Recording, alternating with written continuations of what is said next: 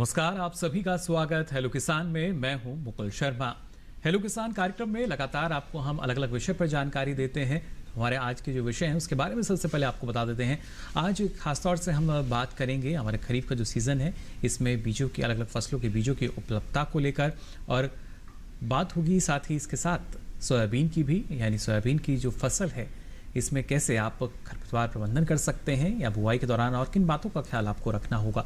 बेहद ही महत्वपूर्ण विषय हमारे आज के, जिसके बारे में आप पूरी जानकारी देंगे। इन दोनों विषय से संबंधित अगर आप कुछ सवाल पूछना चाहते हैं तो आप हमारा टोल फ्री नंबर नोट कर लीजिए। नंबर है 1800113060, साथ ही 1800113061।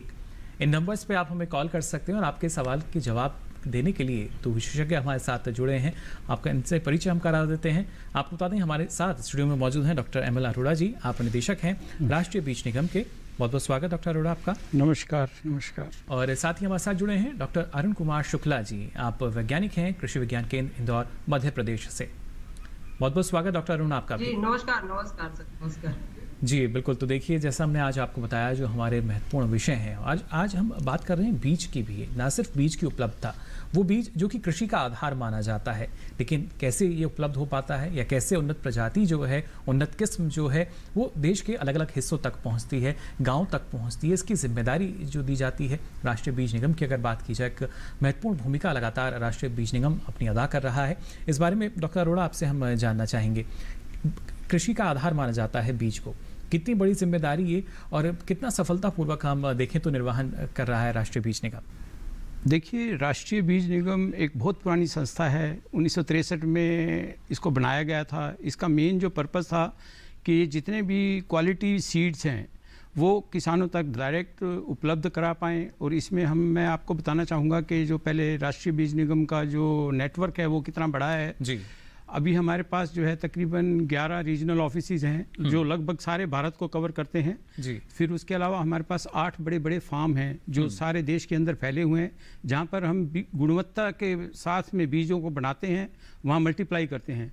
देखिए, बीज जो है, मैं आपको थोड़ा सा इसमें ऐड कर दूं कि बीज 3 किस्म के होते हैं। सबसे पहले न्यूक्लियस सीड होता है, फिर फाउंडेशन सीड जिसको आधारीय बीज भी कहते हैं, और तीसरा जो है सर्टिफाइड सीड होता है जिसको प्रमाणित बीज कहते हैं जी। तो हम जो है लगभग साल के अंदर 20 लाख से 22 लाख क्विंटल टोटल बीज का उत्पादन करते हैं, और उस 20 से 22 लाख बीज को हम अपने सारे किसानों को, अपने देश के जितने भी किसान हैं सभी तक पहुंचाने की कोशिश करते हैं। और इसमें जो फसलें हैं तकरीबन 80 फसलों का 647 प्रजातियां वेराइटीज का मल्टीप्लिकेशन करते हैं, और लगभग हम अब कोशिश करते हैं कि हर गांव, हर तहसील, हर कस्बे तक ये बीज हमारा पहुंचे।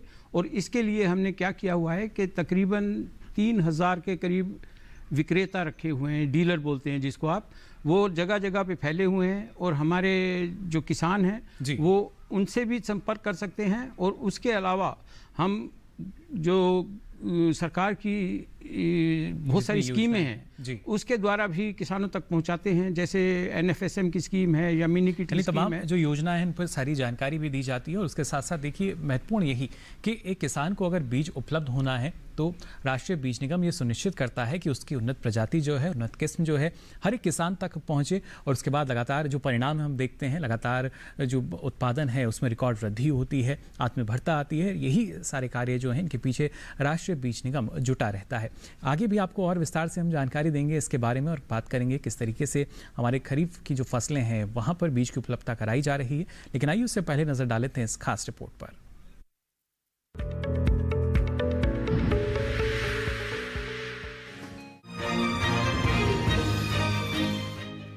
बीज को खेती की जान माना जाता है। जी हाँ, अगर बीज अच्छी किस्म के होंगे तो फसल भी अच्छी होगी। कहा भी जाता है कि जैसा बोओगे वैसा काटोगे। ऐसे में किसान को बुआई हमेशा अच्छे और उन्नत किस्मों के बीजों से ही करनी चाहिए। शुरू से ही बेहतर उत्पादन में अच्छे बीजों का महत्वपूर्ण स्थान रहा है।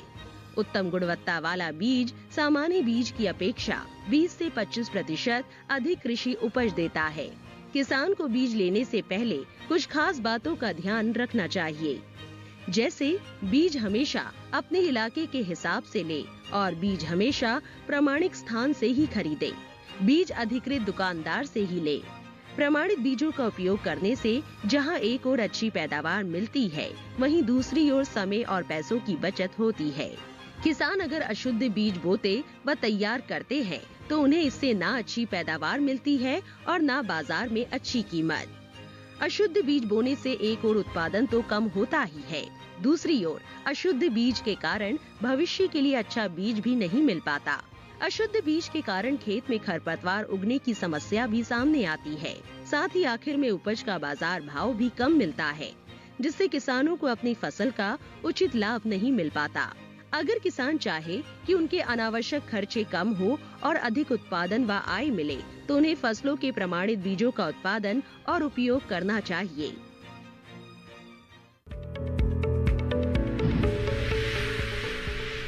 तो जाना आपने बीज कितना महत्वपूर्ण है हर एक फसल के लिए, हमारे अन्नदाता के लिए, और उस लिहाज से अगर देखा जाए तो कोशिश यही की जाती है कि उनको समय रहते बीज उपलब्ध कराया जा सके। साथ ही हमारे जो किसान सोयाबीन की खेती करते हैं उनके लिए भी आज खास जानकारी हम लेकर आए हैं। इसके लिए डॉक्टर अरुण आपका रुख हम करना चाहेंगे। अगर हम बुआई की बात करते हैं सोयाबीन की फसल की, कई जगह जो बुआई है हो भी चुकी है, कब तक का समय इसके लिए हम मान सकते हैं? सबसे पहले तो आप सभी लोगों को नमस्कार। सभी किसान भाई जो हमसे जुड़े हुए हैं और ये प्रोग्राम देख रहे हैं। सोयाबीन का बुआई का समय वैसे तो 15 जुलाई से लेकर के 15 जून से लेकर के पहले हफ्ते जुलाई तक का माना जाता है जी। फिर भी कुछ अलग अलग परिस्थितियों पर कुछ किसान भाई अभी भी, अगर जैसे अभी देखें कि अभी 10 जुलाई का समय आ गया है, अभी भी कुछ किसान भाइयों को अगर सोयाबीन लगाना है तो वो भी कुछ सेलेक्टेड वैरायटियां हैं जो कभी कम दिन की हैं, ऐसी वैरायटियों का चुनाव कर सकते हैं। जी बिल्कुल, यानी जो जल्द ही पक्का तैयार हो सकती हैं उन किस्मों का चयन आप कर सकते हैं। अगर किसी वजह से आपको देरी हो चुकी है, आप समय से बुआई नहीं कर पाए हैं, लेकिन इसके साथ साथ और किस तरह का प्रबंधन आपको अपनाना होगा जिससे आप बेहतर उपज ले पाएँ, इसके बारे में भी आपको हम आगे जानकारी देंगे। लेकिन पहले आइए नजर डाल लेते हैं इस खास रिपोर्ट पर।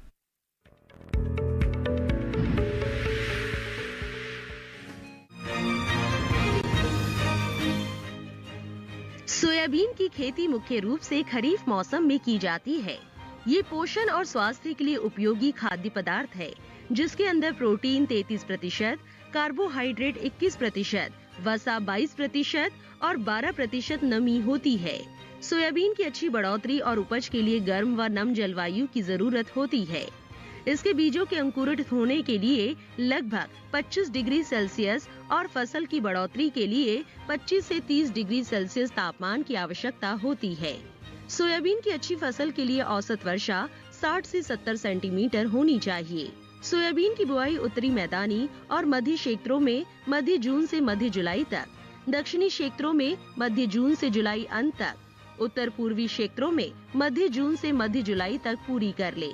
इसकी खेती के लिए अच्छे जल निकास वाली मध्यम से भारी दोमट मृदा की जरूरत होती है।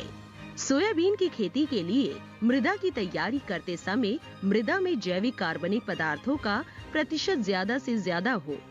इसके लिए खेत में हरी खाद फसल लेकर इसके बाद सोयाबीन की बुआई करना फायदेमंद रहता है। खेत की तैयारी करते समय 2 बार हैरो या मृदा पलट हल से जुताई करने के बाद देसी हल से जुताई कर पाटा लगाकर खेत को समतल कर लेना चाहिए। पलेवा के 6 से 7 दिनों बाद खेत की दोबारा देसी हल से जुताई कर देनी चाहिए। इसके बाद ही बीज की बुआई करनी चाहिए। सोयाबीन में खरपतवार लगने की आशंका भी रहती है। इससे बचाव के लिए समय समय पर फसल में निराई गुड़ाई करते रहे और खरपतवार को साफ करते रहे। खरपतवारों की दोबारा बढ़वार को नष्ट करने के लिए बुआई के 30 से 45 दिनों बाद निराई गुड़ाई करनी चाहिए।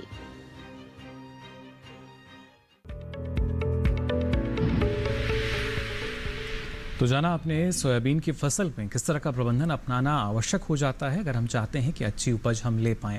लेकिन अच्छी उपज के लिए उतना ही ज़रूरी है कि अच्छा बीज भी हमने लिया हो।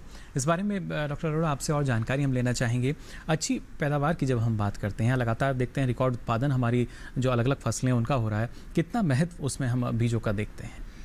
देखिए, बीज आपने सुना होगा, सबसे पहले कहते हैं कि जैसा बोओगे वैसा काटोगे। जी, ये एक बहुत पुरानी कहावत है और ये तो आम आदमी भी समझता है कि आप जो चीज़ बोओगे वैसा ही काटोगे, तो इससे भी समझा जा सकता है कि बीज की महत्वता कितनी है। मैं आपको एक एग्जांपल बताऊं तो अगर आप नॉर्मल बीज की बजाय अगर अच्छा बीज अगर लगाते हैं तो इससे ही आपकी 15 से 20% जो उत्पादन है शक्ति है वो बढ़ जाती है जी।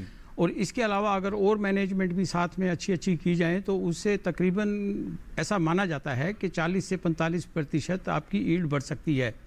तो एक बीज की महत्वता तो आप इससे समझ ही सकते हैं कि आपने जैसा बोया वैसा ही काटा है आपने। यानी बात चाहे खरीफ की जाए या रबी की हम करें, जो बीजों का महत्व है आप उसको नकार नहीं सकते हैं। और उसी उद्देश्य के साथ कि हर एक किसान तक समय से बीज पहुंचे, राष्ट्रीय बीज निगम भी लगातार कार्य कर रहा है। फिलहाल हमारे साथ दर्शकों के जुड़ने का सिलसिला शुरू हो चुका है। चमन जी हमारे साथ जुड़े हैं देवास मध्य प्रदेश से। बहुत बहुत स्वागत आपका। क्या जानना चाह रहे हैं? हेलो चमन जी, आवाज मिल पा रही है आपको हमारी? कोशिश हम कर रहे हैं इनसे संपर्क करने की। हेलो चमन जी, आवाज मिल पा रही है आपको? फिलहाल संपर्क चमन जी के साथ हमारा नहीं हो पा रहा है, लेकिन आप भी अगर इस बारे में कुछ सवाल पूछना चाहते हैं तो बिल्कुल देरी मत कीजिए। लगातार टोल फ्री नंबर जो हैं वो टीवी स्क्रीन पर फ्लैश किए जा रहे हैं, उन नंबर को आप मिला सकते हैं और हमारे विशेषज्ञ से सवाल पूछ सकते हैं। सोयाबीन की भी अगर बात की जाए, डॉक्टर अरुण, जैसा आपने बताया कि काफ़ी महत्वपूर्ण होता है कि समय से सोयाबीन की जो बुआई है वो कर दी जाए। और अभी अगर समय देखा जाए तो उचित समय जो है मान सकते हैं कि 10 ना सिर्फ जुलाई के पहले सप्ताह तक अच्छा रहता है, बल्कि अभी जैसा आपने कहा कि विशेष परिस्थितियों में अलग अलग किस्में हैं। मैं चाहूँगा अगर उन किस्मों के बारे में आप जानकारी दे सकें, कौन सी वो किस्में हैं जिनका चयन किया जा सकता है जो किसान अभी खेती करना चाहते हैं? हाँ जी बिल्कुल।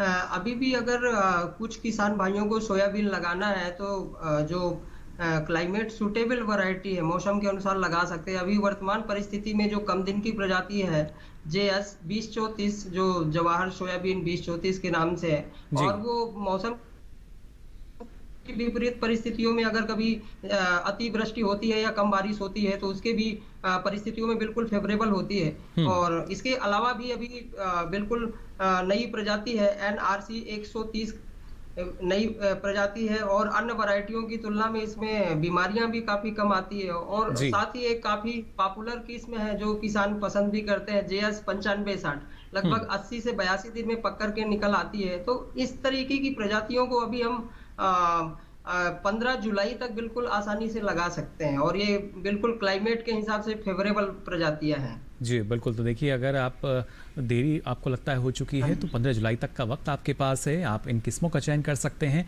और जैसा कि डॉक्टर अरुण ने बताया कि ना सिर्फ रोग प्रतिरोधक क्षमता की बात की जाए या मौसम के अनुसार बात की जाए, कौन से ऐसा जो बीज है जिसमें ज़्यादा पानी ज़्यादा देर तक खड़ा रह सकता है, यानी जल जमाव की अगर स्थिति है, वहाँ के लिए अलग बीज का चयन आप कर सकते हैं। और ये सारी जिम्मेदारी जो है कहीं ना कहीं हम देखते हैं कि बीज पर आकर रुक जाती है। डॉक्टर अरोड़ा, अगर देखा जाए खरीफ का मौसम चल रहा है, जब किसान बीज लेते हैं तो उन्हें खासतौर से किन बातों का ख्याल रखना चाहिए चयन में इसके?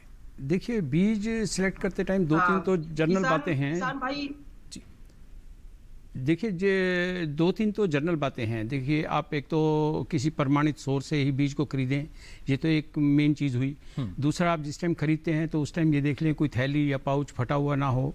तीसरा, उस पर टैग जो है इंटैक्ट होना चाहिए, और उस टैग को हमेशा संभाल कर रखें। जब भी बीज आप लगाते हैं, थैली फाड़ के उसके जो टैग होता है वो अपने पास संभाल कर रखें, जिससे बाद में अगर कुछ आपको ट्रैक करना है तो उससे पता लग सकता है। और इसके अलावा जब आप वैरायटी का सिलेक्शन करते हैं तो वैरायटी एरिया के हिसाब से आप सेलेक्ट करें कि आपके एरिया में जो सूटेबल वैरायटी है वो लें। आजकल जैसे रेन फेड एरिया के लिए अलग है, नॉन रेन फेड एरिया के लिए अलग है, इरिगेटेड के लिए अलग है। और इस तरह जो सिलेक्शन है उसमें बहुत सारी बातों का ध्यान रखना पड़ता है, जिससे बीज लेते समय यह भी ध्यान रखें कि बीज की बिजाई के लिए उचित समय है या नहीं। जैसे अगेती बोलते हैं या पछेती बोलते हैं, पछेती के लिए अलग वैरायटी है, अगेती के लिए अलग वैरायटी है। उसी तरह इरिगेटेड के लिए अलग वैरायटी है, नॉन इरिगेटेड के लिए अलग वैरायटी है। यानी भिन्न भिन्न परिस्थितियों के लिए भिन्न भिन्न प्रजातियां, किस्में जो हैं वो उपलब्ध हैं बीजों की, और उसी के आधार पर, खासतौर से जलवायु के आधार पर, क्षेत्रीय आधार पर आपको इन बातों का ख्याल रखना चाहिए। फिलहाल हमारे साथ एक और दर्शक जुड़ चुके हैं। संतोष जी, बहुत बहुत स्वागत आपका हेलो किसान में। क्या जानना चाह रहे हैं? हेलो। हेलो। हाँ सर। संतोष जी, सवाल पूछ सकते हैं आप अपना। सर, मुझे जानना है कि इस समय जो पर्टिकुलर गोभी की, फूल गोभी की जो वैरायटी है जी वो कैसे अवेलेबल हो पाएगी? चलिए, उत्तर प्रदेश से हमारे साथ जुड़े हैं संतोष जी, और डॉक्टर अरोड़ा जानना चाह रहे हैं फूल गोभी के लिए जो अच्छा बीज है वो कहाँ से उपलब्ध हो सकता है? देखिए, फूल गोभी के लिए बीज की जो प्योद है वो अगस्त सितंबर में लगती है, और उसकी जो प्योद को निकाल के और दोबारा से उसको रोपाई की जाती है वो सितंबर के अंदर लगेगी। तो इसका जो बहुत अच्छा बीज है वो हमारे यहाँ हर एक जगह पे अवेलेबल है। मैं आपको अपने वेबसाइट का एड्रेस दे देता हूँ, आप वहाँ भी संपर्क कर सकते हैं, www.indiaseeds.com। जी, और इस साइट पे जाके आप हमारे सारे डीलर जितने भी हैं सारे देश के अंदर फैले हुए हैं उनका आप नंबर ले सकते हैं, और वहाँ पे हमारे रीजन ऑफिस की डिटेल भी दी हुई है, आप रीजन ऑफिस से कांटेक्ट कर सकते हैं जी। और उसके साथ में हमारे तकरीबन 48 एरिया ऑफिसेज भी हैं जो हर एक उसके अंदर फैले हुए हैं, और उसको भी आप कांटेक्ट कर सकते हैं। आप कांटेक्ट करके ना केवल गोभी का और किसी भी तरीके की सब्जी का, किसी भी तरीके के सीरियल का, किसी भी तरीके के अनाज का बीज आप वहाँ से ले सकते हैं, और कम से कम इंफॉर्मेशन वहाँ मिलेगी। और जो मैंने आपको बताया है, अगर उसके अलावा भी अगर आपको कहीं दिक्कत आती है तो बीज भवन पूसा दिल्ली के अंदर हमारा हेड ऑफिस है, वहाँ पे कांटेक्ट करके आप कोई भी सूचना चाहें ले सकते हैं। जी, तो बिल्कुल। बीज उपलब्धता के बारे में कोई समस्या नहीं है हमारे पूरे देश के अंदर। जी, तो हर किस्म का जो बीज है देखिए वो उपलब्ध हो सकता है आपके लिए, और तमाम सावधानियां डॉक्टर अरोड़ा ने बताई। उसके साथ साथ ये भी ज़रूरी कि जब भी बीज खरीदें तो उसका पक्का बिल आप ज़रूर लें, किसी तरह की बहकावे में ना आए, किसी तरह की बातों में ना आए। प्रमाणित स्रोत जो रहते हैं, प्रमाणित बीज आपको वहाँ मिलेगा, वहीं पर जाएँ, जिसके ज़रिए आपकी जो उपज है वो भी अच्छी हो सकेगी और उसके ज़रिए अच्छा मुनाफा आप ले सकेंगे। जानकारी का सिलसिला आगे भी जारी रहेगा, लेकिन यहाँ रुक रहे हैं एक छोटे से ब्रेक के लिए। जल्द हाजिर होंगे, आप बने रहिए दूरदर्शन किसान पर।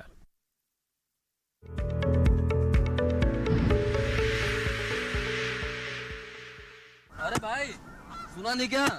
केसीसी ने किसानों का जिंदगी बदल दिया है। देश के छोटे किसान 1,60,000 रुपए तक का कर्ज बिना किसी गारंटी को ले पाएंगे। ब्याज खोरों से भी पीछा छुटा। मैं तो जैविक खेती का पूरा सामान मंगा लिया, केसीसी का भी कोई दबाव नहीं है। ब्याज चुकाने के लिए पूरा 1 साल मिलता है। समय पर भुगतान करने पर केवल 4% के सालाना ब्याज पे लोन मिल गया मुझे। अपना आधार कार्ड, लेटेस्ट फोटो और जमीन के कागजात लेके अप्लाई करो बस। और नामांकन भरने के लिए जेब भी ढीली नहीं करनी पड़ी।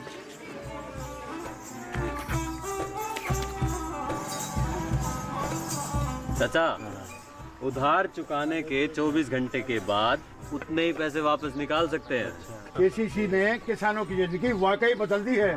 तो आप भी किसान क्रेडिट कार्ड अपनाएं और सहजता से ऋण पाएं।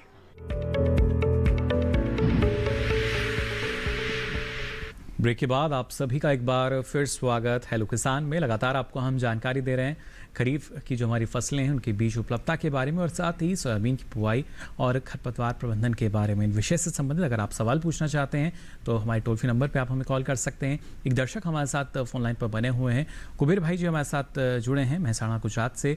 बहुत बहुत स्वागत आपका। क्या जानना चाह रहे हैं? हेलो कुबेर जी, आवाज मिल पा रही है आपको? हाँ, गुजरात की भूमि में सोयाबीन हो सकता है? जी डॉक्टर अरुण। हाँ, उत्तर गुजरात की भूमि में सोयाबीन हो सकता है? डॉक्टर अरुण, सवाल आया है उत्तर गुजरात से और कुबेर जी का जानना चाह रहे हैं क्या वहां पर संभावनाएं हैं सोयाबीन की खेती के लिए?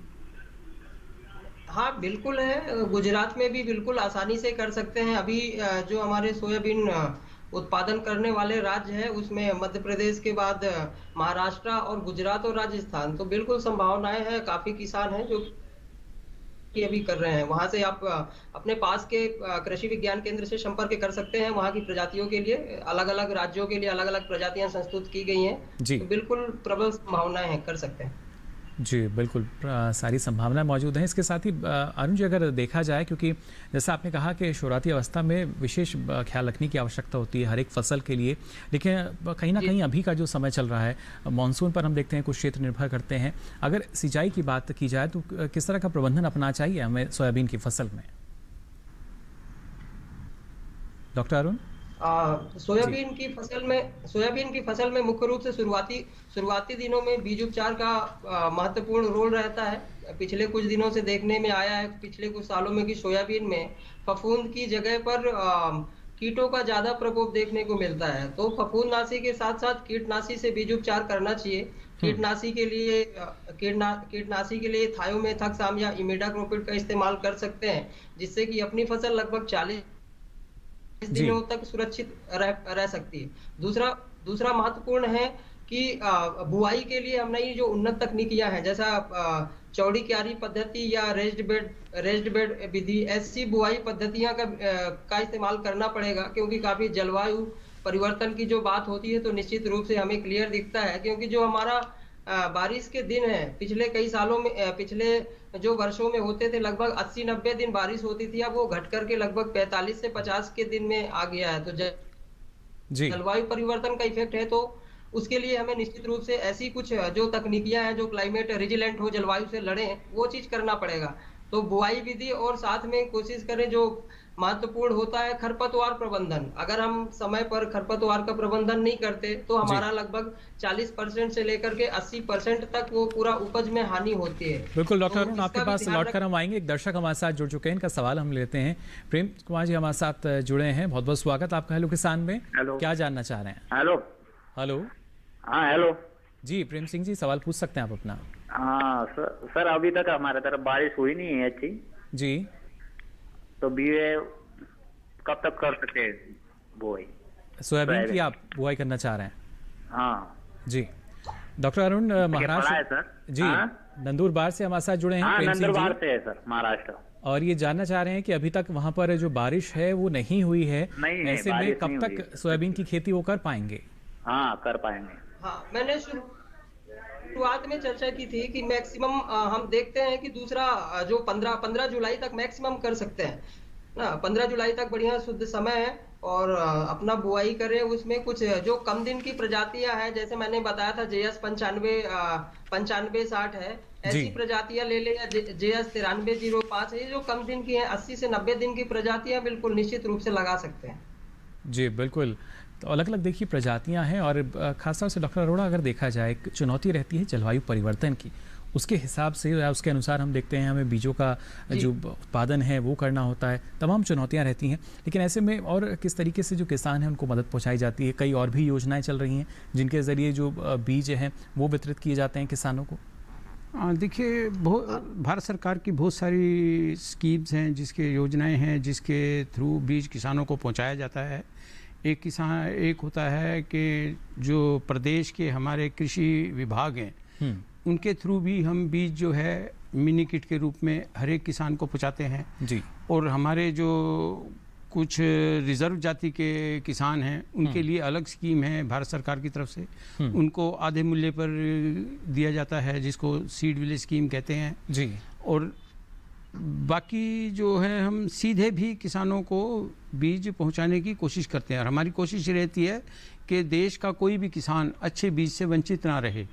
आपको मैं बता दूं कि इस कोविड के समय के अंदर भी हमने बीज की उपलब्धता में कोई कमी नहीं की है। जितना बीज हम पिछले सालों में बनाते रहे हैं, बल्कि उससे कुछ ना कुछ हमने ज़्यादा ही बनाया है। और इसका आपको जो प्रूफ है वो दिखाई दे रहा है कि इस बार बम्पर फसल हुई है देश के अंदर जी। बम्पर उपज हम देख पा रहे हैं जिस अलग अलग फसलों के लिए। बिल्कुल, तो ये देखो, ये हमारा हमेशा प्रयास यही रहता है कि किसी स्कीम के थ्रू या डायरेक्ट किसानों को हम गुणवत्ता के बीज उपलब्ध कराएं, उसके घर के ऊपर ही, मतलब डोर स्टेप जिसको बोलते हैं, कि उसके दरवाजे के मुहाने पे पहुंचा दे बीज किसी भी तरीके से। यानी किसान को परेशान ना होना पड़े, उनके द्वार पर ही जो उनकी आवश्यकताएं हैं उनको पूरा किया जा सके। और बीज जो कि हम मान सकते हैं सबसे महत्वपूर्ण आवश्यकता, मूलभूत आवश्यकता, उसके लिए भी देखिए किस तरीके से कोशिश की जाती है। फिलहाल एक और दर्शक हमारे साथ जुड़े हैं सार हरियाणा से, बहुत बहुत स्वागत आपका हेलो किसान में।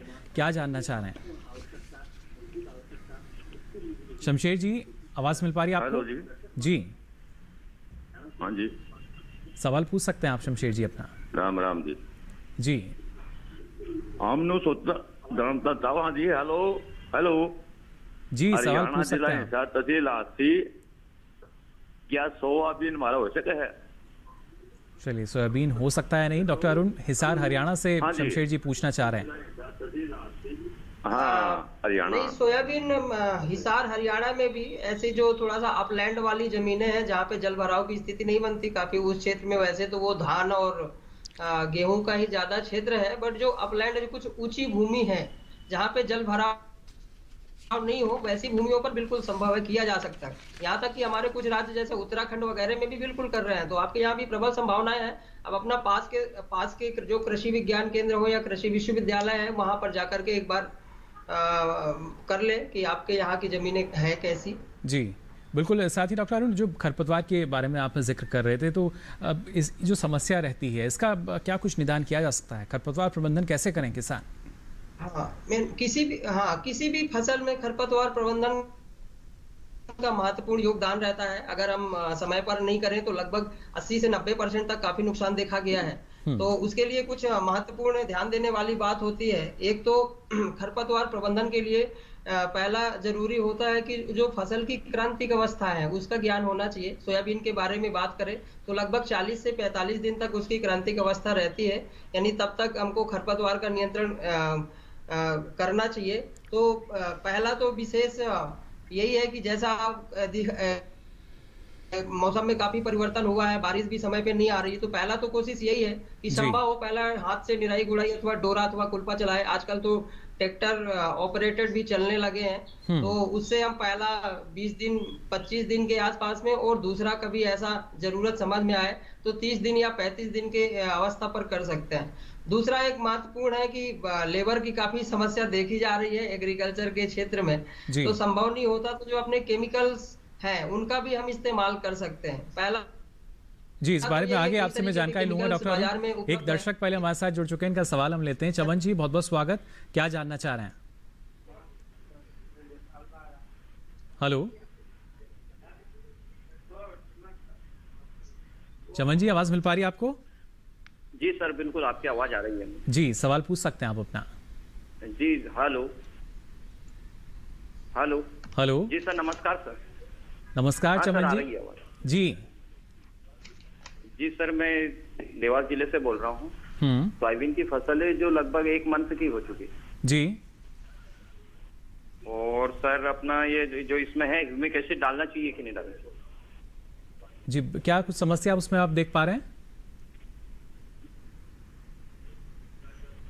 हेलो हाँ जी सर। जी चमन जी, क्या समस्या उसमें आप देख पा रहे हैं? जो फसल है 1 महीने की हो चुकी है। हाँ जी सर, मेरी यही समस्या है कि 1 मंथ के लगभग सोयाबीन हो चुकी है। जी डॉक्टर अरुण, हमारे साथ ह्यूमिक एसिड डालना चाहिए कि नहीं डालना चाहिए, मेरा ये सवाल है सर। जी बिल्कुल डॉक्टर अरुण, 1 महीने की फसल चमन जी की हो चुकी है, देवास मध्य प्रदेश से हमारे साथ जुड़े हैं, और ऐसी अवस्था में किस तरह का प्रबंधन हमें करना चाहिए? क्या क्या आवश्यकताएं हैं फसल की? नहीं बिल्कुल, ये चिमन जी तो हमारे पड़ोसी जिले से ही है, तो मैं समझ पा रहा हूँ इनकी क्या समस्या। अभी लगभग 1 महीने की फसल हो गई और अभी जैसा देखने में आ रहा है कि ड्राई स्पेल चल रहा है, यानी लगभग 15 या 20 दिन से कोई बारिश नहीं हुई। तो अभी की परिस्थिति में 1 महीने की फसल है, तो डोरा या कुल्पा इन्होंने चलाया होगा, जिससे थोड़ा सा नमी कंजर्वेशन होगी। दूसरा चीज, इनकी फसल सूख रही है ऐसा मैं महसूस कर पा रहा हूँ। दूसरा चीज ये है कि अगर संभव हो जाए तो हल्का स्प्रिंकलर से पानी दे सकते हैं अपनी फसल में।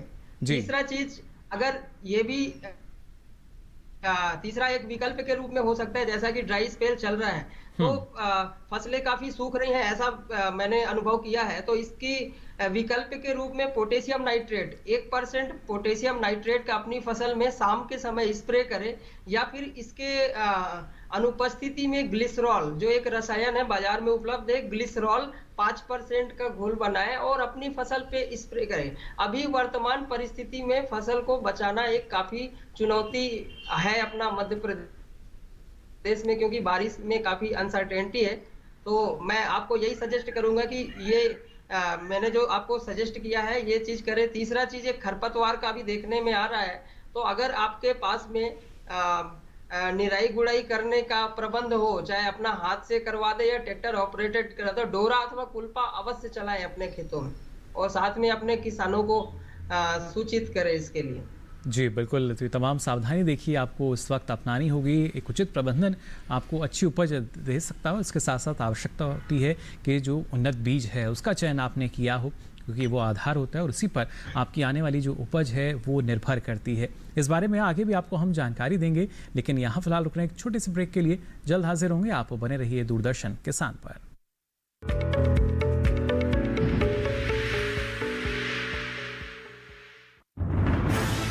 कोरोना वायरस के खतरे से बचते हुए फसल की कटाई, बिक्री, खरीद, नई फसल की जुताई और बुआई सुरक्षित हो सकती है अगर हम लगातार हाथों को साबुन और साफ पानी से नियमित अंतराल पर धोते रहें। नाक, मुंह को मास्क, गमछे या कपड़े से ढक कर रखें। आंख, कान, नाक, मुंह न छुएं।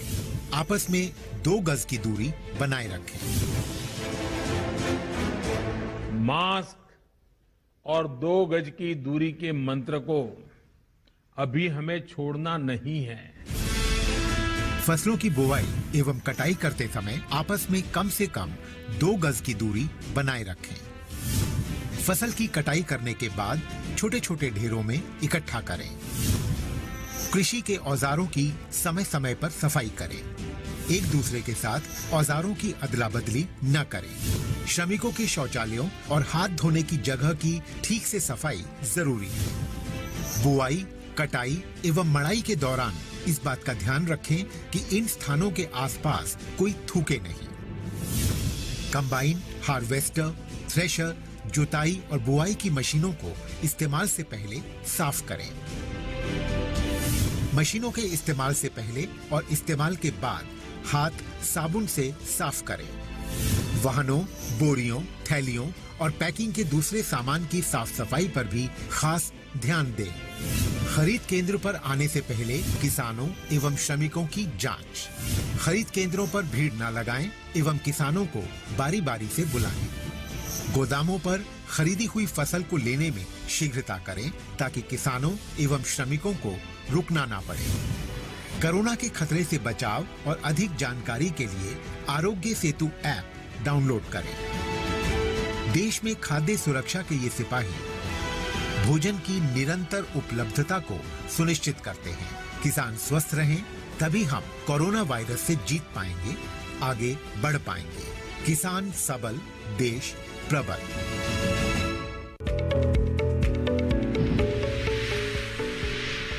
ब्रेक के बाद आप सभी का एक बार फिर स्वागत हेलो किसान में। आज लगातार आपको हम जानकारी दे रहे हैं हमारे खरीफ फसलों की बीज उपलब्धता को लेकर और साथ ही सोयाबीन की बुआई और इसमें खरपतवार प्रबंधन को लेकर कैसे आप ये कृषि कार्य कर सकते हैं अच्छी उपज के लिए।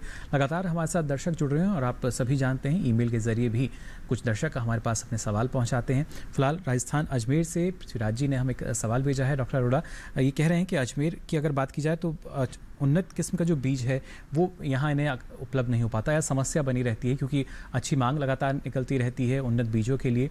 तो क्या वहाँ पर राष्ट्रीय बीज निगम द्वारा जो बीज वितरण है वो किया जाता है या किस तरह का वहाँ पर और जो कार्यालय है? जी बिल्कुल, हमारा जो मैंने पहले भी जैसे बताया है कि हमारा नेटवर्क सारे देश के अंदर फैला हुआ है।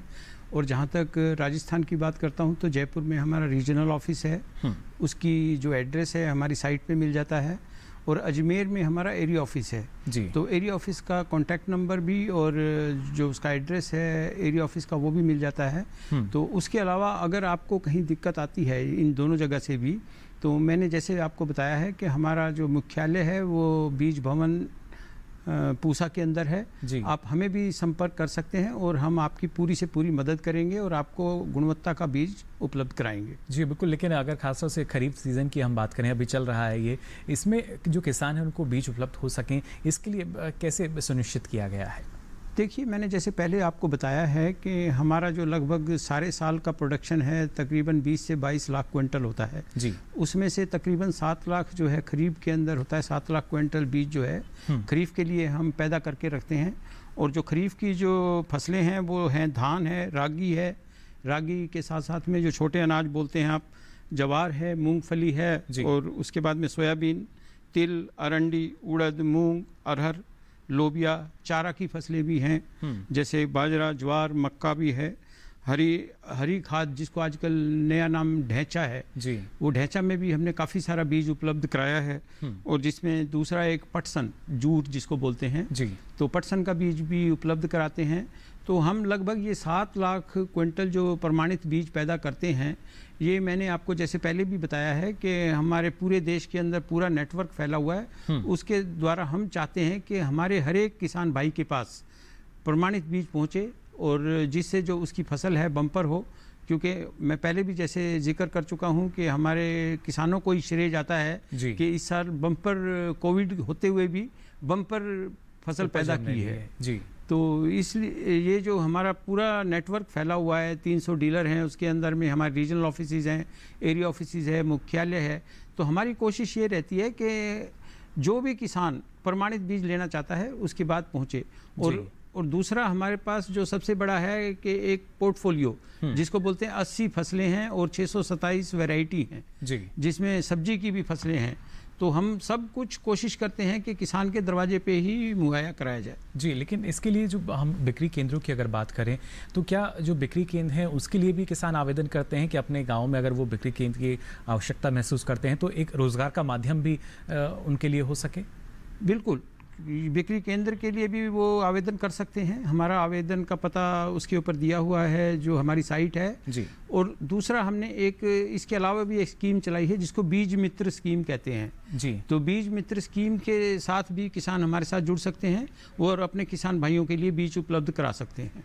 जी बिल्कुल। तो देखिए अलग अलग माध्यम आपके पास हैं जिनका ना सिर्फ आप चयन कर सकते हैं बल्कि इसके ज़रिए ना जो बीज क्षेत्र है, बीज उत्पादन की बात भी हम करें तो यहाँ भी कई संभावनाएं हैं जिनका ना सिर्फ जिनको अपनाकर बल्कि हम कह सकते हैं उनको अपनाकर आप मुनाफे को बढ़ा पाएंगे और कई ऐसे और लाभ हैं जो आपको अर्जित हो सकेंगे। फिलहाल एक और दर्शक हमारे साथ जुड़े हैं राजस्थान से।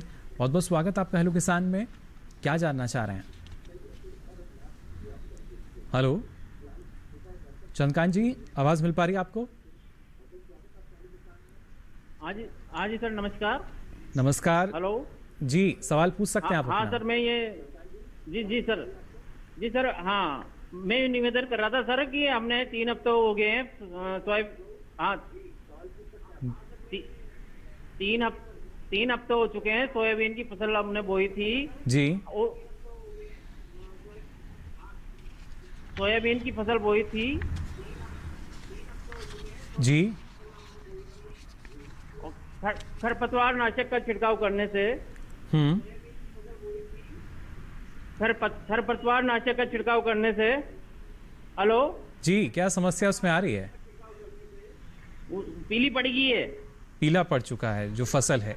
चलिए डॉक्टर अरुण ये बता रहे थे 3 सप्ताह का वक्त हो चुका है, इन्होंने बुआई की थी और अभी जो फसल है उस पर खरपतवार नाशी का इन्होंने छिड़काव किया था लेकिन वो अब पीला पड़ता हुआ नजर आ रहा है।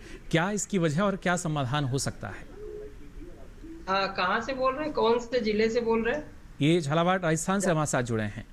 हाँ बिल्कुल, झालावाड़ राजस्थान से बोल रहे हैं। 3 हफ्ते के जो सोयाबीन चारा नासी डालने के बाद में पीला पड़ रहा है। एक तो मौसम में काफी हीट चल रही है, काफी गर्मी चल रही है जिसके कारण से हो सकता है जी पीलापन। वैसे कोई भी खरपतवार नाशी का उपयोग करते हैं तो लगभग वो 4 से 5 दिन तक पीला पड़ता है, उसकी ग्रोथ बिल्कुल रुक जाती है और उसके बाद वो रिकवरी करता है। इसमें जरूर एक चीज देखने में आती है कि अगर चारानाशक डालने के बाद और 10 या 15 दिन तक बारिश नहीं होती तो जरूर काफी नुकसान अपनी फसल को हो सकता है।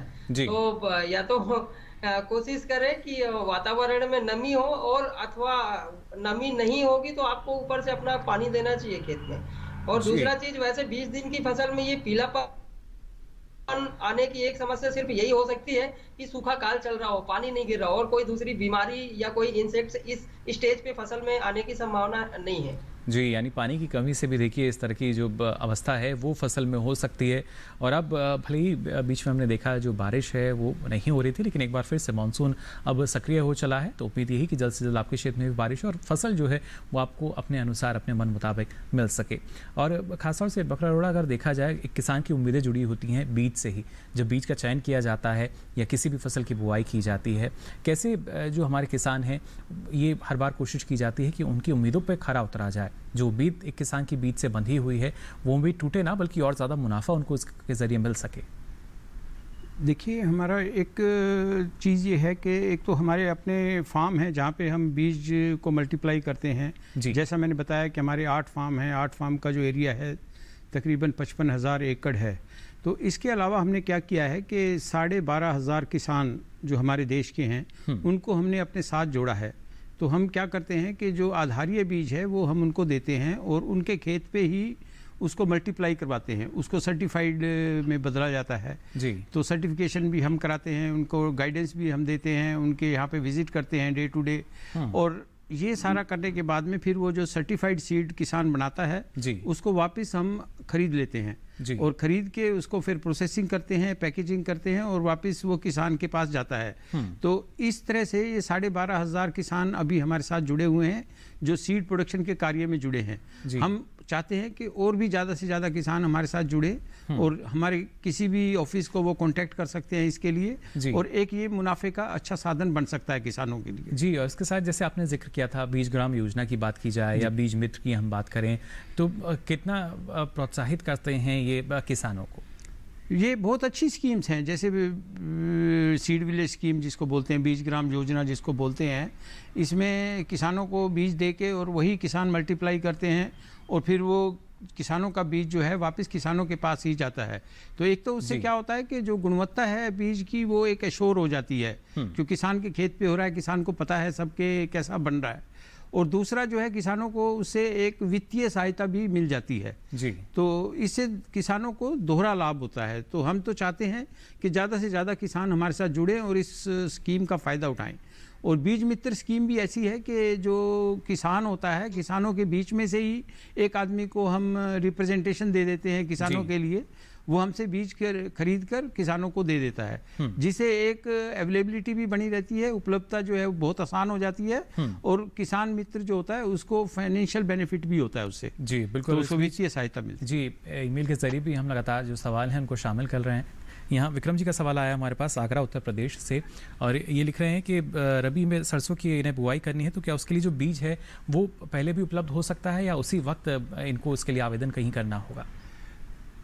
देखिए, सीजन पे तो हर डीलर हर जगह पे मिल जाता है बीज, परंतु अगर उससे भी अगर उनको पहले चाहिए हो तो वो हमारे एरिया ऑफिस से या रीजनल ऑफिस से या हेड ऑफिस से संपर्क करके उससे पहले भी ये अवेलेबल कराया जा सकता है, उसमें कोई दिक्कत नहीं है। परंतु कोशिश हम ये करते हैं कि नए वाला बीज ही किसान के पास पहुंचे, जिससे जो है उसकी जर्मिनेशन या उसकी क्वालिटी में कोई प्रॉब्लम ना आए कभी भी जी। तो कोशिश ये रहती है कि फसल की बुआई शुरू होने से 1 महीना पहले हर जगह पे ये अवेलेबल होता है, आप कहीं से भी खरीद सकते हैं। अगर कोई दिक्कत आती है तो वो हमें संपर्क कर सकते हैं जी। बिल्कुल, तो देखिए आपके पास अलग अलग माध्यम हैं जिनका इस्तेमाल आप कर सकते हैं, चयन आप कर सकते हैं। और साथ ही यहाँ डॉक्टर अरुण आपसे भी हम जानना चाहेंगे, क्योंकि लगातार हमारे जो किसान हैं वो ना सिर्फ सोयाबीन की खेती करते हैं बल्कि उसके साथ मुनाफा जो है वो भी यहाँ जुड़ा रहता है, लेकिन इसके साथ साथ हमारे साथ जो दर्शक हैं वो भी जुड़ रहे हैं। एक दर्शक फिलहाल हमारे साथ जुड़े हुए हैं, बहुत बहुत स्वागत आपका हेलो किसान में। क्या जानना चाह रहे हैं? हेलो। हाँ हेलो जी, सवाल पूछ सकते हैं आप अपना। हाँ करवाइए। हेलो। हाँ हेलो सर जी, आपसे गुजारिश करना चाहेंगे अपने टीवी सेट का वॉल्यूम आप पहले बंद कर दें जी। जी, अब सवाल कर सकते हैं आप अपना। हेलो, कोशिश हम यहाँ कर रहे हैं जो दर्शक जी, सवाल कर सकते हैं आप अपना। सर मैंने सोयाबीन बोई है ईगल 81 प्रजाति जी। कौन सी प्रजाति बोई है आपने? ईगल 81 जी। तो उसकी जो अंकुर क्षमता थोड़ी सी कम हुई है, हाँ मतलब 4 इंची सोच कहाँ पे 6 इंची जी। तो क्या वो सही रहेगा क्या? जी, बेहद ज़रूरी यही कि जो उचित प्रबंधन है देखिए हर एक फसल में उसको अपनाया जाए, और जैसा आपने कहा कि जो बुआई का तरीका है उस पर भी हमें यहाँ ध्यान देना होगा। फिलहाल जो आपने बताया ईगल 81 करके जो ये किस्म है इसकी बुआई के लिए और कई ऐसी विशेष बातें हैं जिनका ख्याल हमें रखना होता है। और डॉक्टर अरोड़ा, ना सिर्फ जो हम मान सकते हैं जो किसी भी किस्म का बीज है वो काफ़ी महत्वपूर्ण हो जाता है, बल्कि उसकी बुआई का जो तरीका है इस पर भी काफ़ी हद तक निर्भर करता है उपज कैसी होगी। बिल्कुल, देखिए पहले तो मैं आपको बताऊं, जो आप वैरायटी सिलेक्ट कर रहे हैं उसको पहले ये चेक कर लीजिए वो आपके एरिया के लिए सूटेबल है या नहीं है। रिकमेंडेड जो ICR से रिकमेंडेशन होता है वो एक पर्टिकुलर एरिया के लिए होता है। दूसरा उसके अंदर जो होता है कि रेन फेड और इरिगेटेड आपका एरिया जो है वो उसको सूट करती है, जलवायु उसको सूट करती है, तो उस तरीके से सिलेक्शन करें। और एक बुआई का तरीका है उससे भी बहुत फ़र्क पड़ता है कि वैरायटी के ऊपर जी। तो मेरा तो आपसे गुजारिश है कि आप हर जगह पे उसका एक रिकमेंडेशन होता है, जो सीड का पैकेट होता है उसके ऊपर भी रिकमेंडेशन दिया होता है कि वो किसके लिए सूटेबल है। तो इसलिए मेरी तो आपसे गुजारिश यही रहेगी कि आप उसको अच्छी तरह से चेक करके तभी अपने एरिया में बुआई करें। जी बिल्कुल। डॉक्टर अरुण, आपसे भी हम जानना चाहेंगे यहाँ पर, जैसा कि जो हमारे साथ दर्शक जुड़े थे उन्होंने बताया ईगल 81 करके जो उन्नत किस्म है उसका चयन उन्होंने किया था, और इसकी जो बुआई के तरीके की अगर बात की जाए, किस तरीके से इसकी बुआई करनी चाहिए, जो कतारों में जब हम बात करते हैं, या कितना यहाँ पर स्तर रखना होगा? बुआई के लिए अगर कतारों से कतारों के बीच की बात करेंगे तो 45 सेंटीमीटर या 45 सेंटीमीटर या 18 इंच पर करें, और लाइन से लाइन की दूरी अगर ये प्लांट टू प्लांट संभव हो पाया तो 8 से 10 सेंटीमीटर पर करना चाहिए। और ये उठी हुई क्यारी पद्धति से अगर करेंगे तो कभी ऐसा जल भराव की अगर स्थिति आती भी है तो वो नाली के द्वारा पानी खेत से बह करके बाहर चला जाएगा, और कभी सूखा काल ऐसी परिस्थिति आती है तो हम नाली के द्वारा पानी अगर देंगे तो वो कम पानी में ज्यादा एरिया भी कवर कर पाएंगे। तो हमारे पास में जो संसाधन होगा उसका हम समुचित उपयोग भी कर पाएंगे। जी, तो जैसा आपने बताया, जो उठाव पद्धति की अगर बात की जाए तो कितना हम मान के चलें, इसमें जो ऊंचाई है 4 से 6 इंच की ऊंचाई काफी रहेगी? हाँ, नहीं, इसकी हाइट बनती है जो या फिर जो इसकी गरण बनती है वो लगभग 8 से 10 इंच ऊपर उठी हुई बनती है जी। नॉर्मल खेत की कंडीशन से आपका 8 से 10 फीट ऊंची उठी हुई क्यारी बनती है, फसल ऊपर रहती है तो जल भराव की स्थिति नहीं बनती उसमें। तो 8 से 10 इंच की ऊंचाई जो है देखिए आपको रखनी होगी, इससे जल जमाव की जो स्थिति है वो आपके खेत में नहीं होगी, जो पानी है वो नालियों के द्वारा बह जाएगा, और जितनी आवश्यकता है, जो फसल की जो आवश्यकता है वो उतनी उसको नमी प्राप्त हो सकेगी, और उसके बाद अच्छी उपज आप ले पाएंगे। तो कई ऐसे महत्वपूर्ण सवाल हैं जो आपके जहन में आते होंगे, लगातार उनके जवाब जो है हमारे विशेषज्ञ यहाँ दे रहे हैं। आगे भी आपको आपके सवालों के जवाब यहाँ लगातार मिलेंगे, लेकिन फिलहाल रुक रहे हैं एक और छोटे से ब्रेक के लिए। आप बने रहिए दूरदर्शन किसान पर।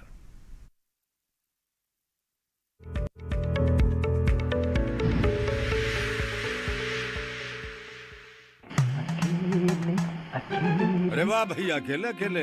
अरे तू भी ले, पर खाएगा कैसे? मैं ऑर्गेनिक खेती की बात कर रहा रे बेटे। अकेले अकेले खेती कब तक करेगा? मतलब गांव में 20-25 किसानों का समूह बना के पंजीकरण करवा ले, फिर सरकारी ट्रेनिंग भी मिलेगी और मुफ्त जैविक बीज खाद भी। फिर BGS ऑर्गेनिक की सरकारी मोहर के साथ तेरी उपज आकर्षक पैक में पहुंचेगी बड़े बाजार तक। अच्छा? हाँ। अरे भाई, कहाँ चल दिया? सबको साथ लाने, आमदनी बढ़ाने। तो किसान भाई समझ गए ना, साथ मिलकर ऑर्गेनिक खेती कीजिए, अपनी परंपरा को आगे बढ़ाइए, ज्यादा मुनाफा कमाइए। माटी से प्रेम की परंपरा है परंपरागत खेती।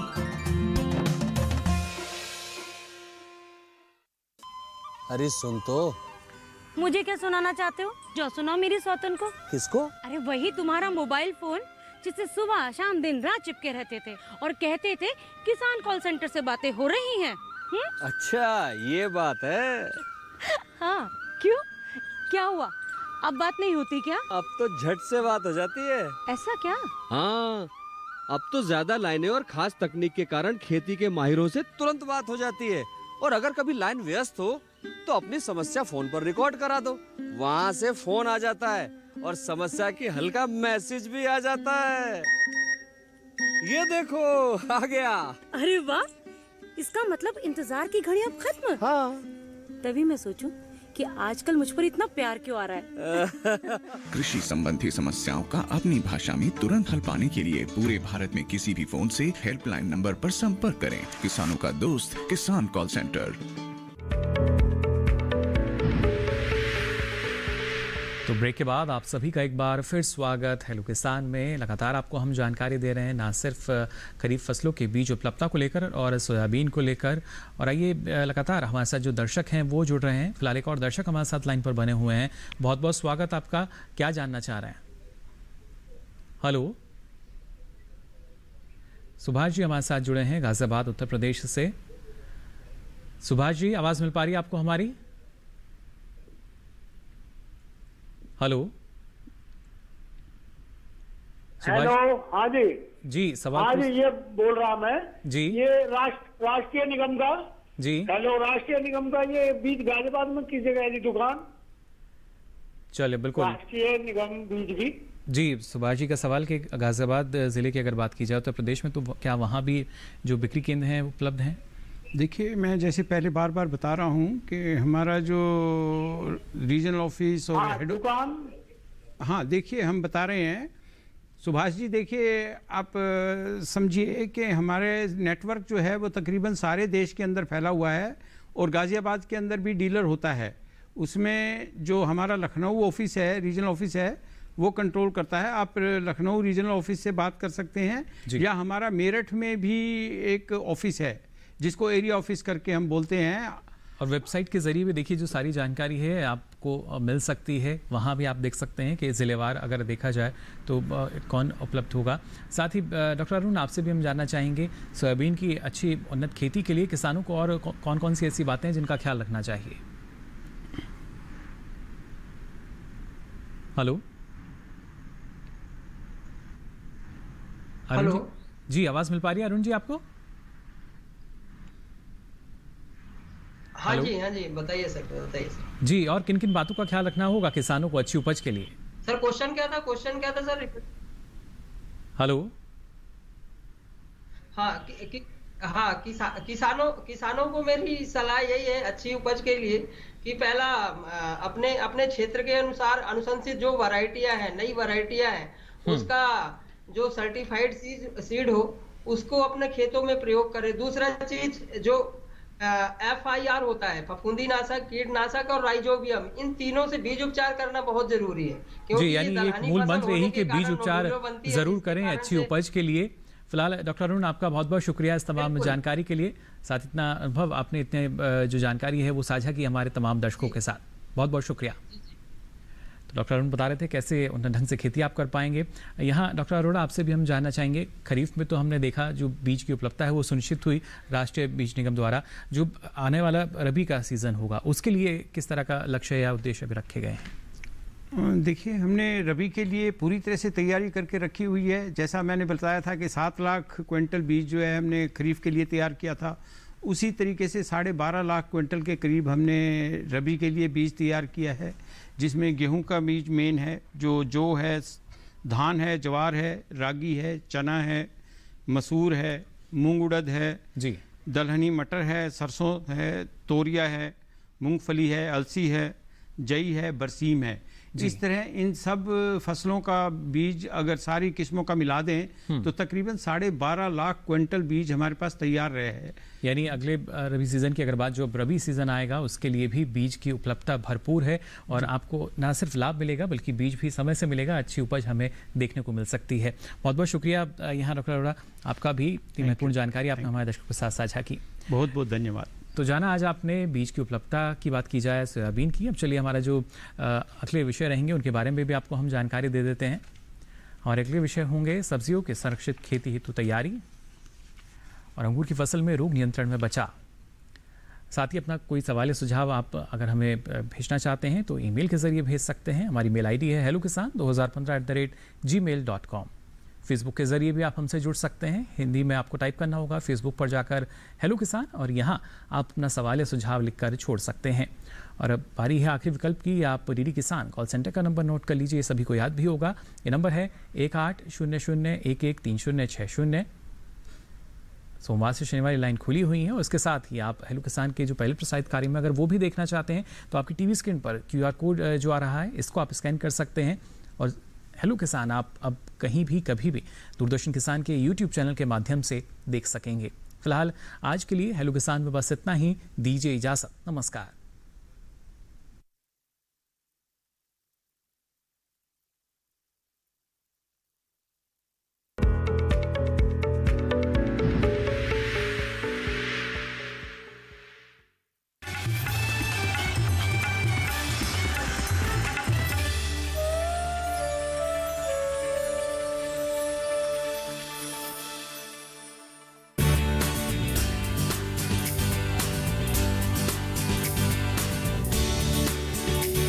हिम्मत, मेहनत, लगन से अपने सपनों को पूरा करती, महिला स्वावलंबन और सशक्तिकरण की नई मिसाल पेश करती, स्वरोजगार से आत्मनिर्भर बनती, संघर्ष से पहुंचती मंजिल तक, बेमिसाल बेटियां आंगन से बुलंदियों तक। हर बुधवार सुबह 7:30 बजे सिर्फ डीडी किसान पर। अगर हम औरतें घर की सुंदरता बढ़ाने वाली दुल्हन बन के रहेंगे तो परिवार तो कभी तरक्की नहीं करेगा। आनंदी और फुलवा ने फूलचंद को जिंदा जलाने की कोशिश की है। ख्वाब सच हो रहे हैं, उम्मीदों के।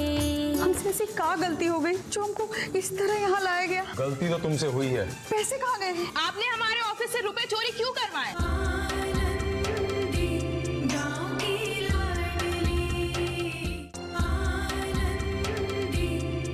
आनंदी गांव की लाडली देखिए सोमवार से शुक्रवार रात 8 बजे सिर्फ डीडी किसान पर।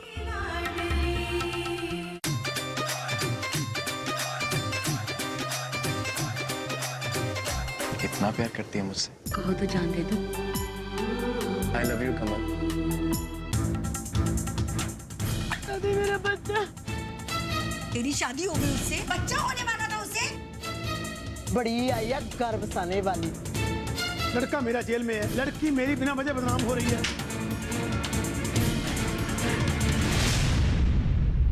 बंटवारा सोमवार से शुक्रवार रात्रि 9 बजे डीडी किसान पर। औषधीय पौधों की खेती से कैसे हो रही है किसान की आय दुगनी? क्या है भारत सरकार की योजना? कैसे बने जागरूक और समृद्ध किसान? औषधीय पौधों की आसान खेती से बाजार की जानकारी तक, कृषि विशेषज्ञ की सलाह, सफल किसान की जुबानी। देखिए कार्यक्रम किसान कृषि औषधीय पौधे हर शुक्रवार सुबह 7:30 बजे सिर्फ डीडी किसान चैनल पर। मैं हूँ श्रुति पनवर और हमारे साथ है किसान मित्र फेमस लाल और साथ में डिजिटल दीदी, और हम लोग किसान बहन भाइयों के लिए लेकर आ रहे हैं छटाक भर खुशी में। इसमें बात होगी कृषि के बारे में और मुलाकात होगी ज्ञान, विज्ञान और कला के क्षेत्र में मशहूर हस्तियों से, और कराएंगे आपको भारत के खूबसूरत जगहों की सैर, और उठेगी यहाँ गीत संगीत की लहर, क्योंकि सबके लिए है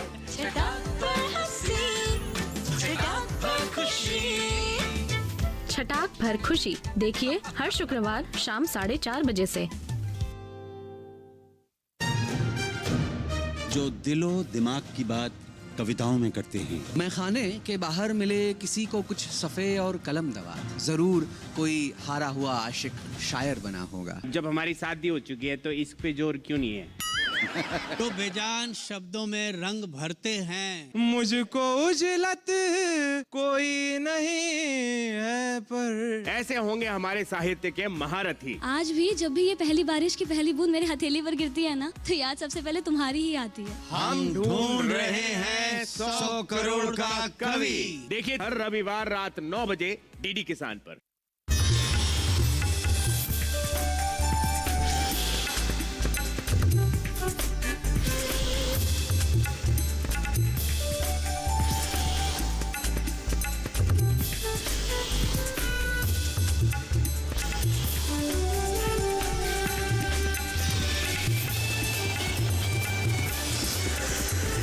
डीडी किसान, बदलते भारत की शान।